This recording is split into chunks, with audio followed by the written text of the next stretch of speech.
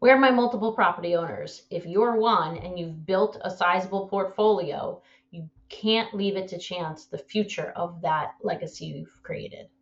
There's one really smart investment tool that you need to consider now if you haven't already, and that's a trust. You are exposing yourself and your family to some very serious risks without the proper estate planning to protect that real estate portfolio. We're going to count down just a few items in this video. Second one so far. I'm 𝗤𝗏𝗏 of Zammitti Law. We're an estate planning practice in New York and New Jersey.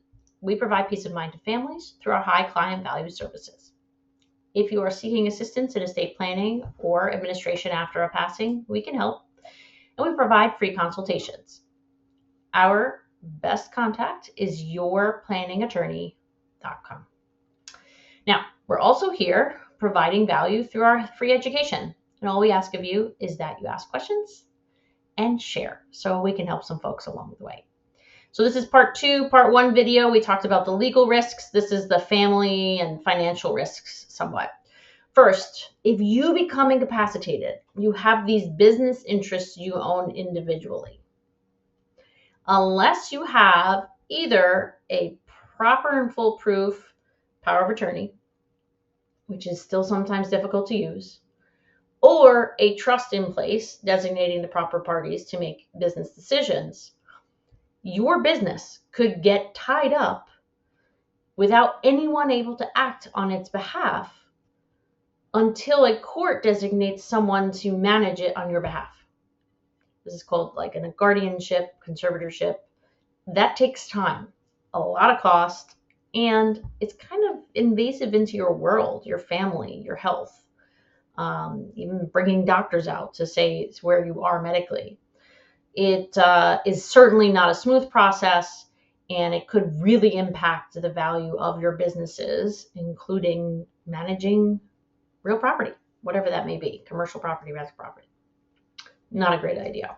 A trust does resolve that because you will have people in place who can take over if something of any kind happens to you.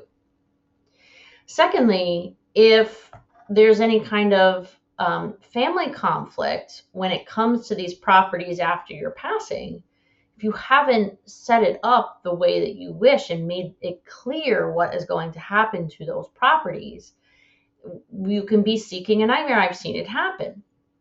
Really a couple scenarios, but I'd like you to think about these with your own children, right?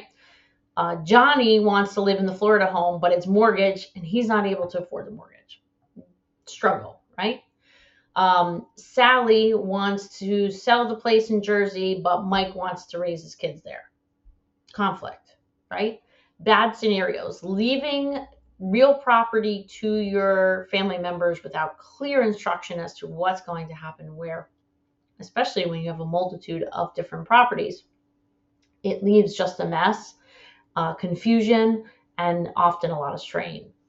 And the last one is joint ownership nightmares. So if you don't have a plan at all, or if you just said all of my properties are going to all of my kids, or whatever the case may be, you have to think that through. If you have a family of 3 or 4 or 5, I mean, that's not that common anymore, but whatever it is, if you leave your properties equally to all those parties, right, they are going to have joint ownership in all of these things. That in and of itself can create some conflict because they may not agree on what's going to happen with those things. Without planning, multiple heirs could have joint ownership of the property, leading to like fights, forced sale, and or mismanagement, of course. So think about a trust, please, if you own real property. I'm 𝗤𝗏𝗏 of Zammitti Law, an estate planning attorney in New York and New Jersey. We provide peace of mind to families and small business owners through our extremely high client value services. We are focused very much in helping those who have multiple properties. So if you need our assistance, you can reach out at 𝗫𝗏𝗏𝗏𝗏𝗏𝗏𝗏𝗏. And we hope you've learned something new here today. Please don't forget, share, and take care.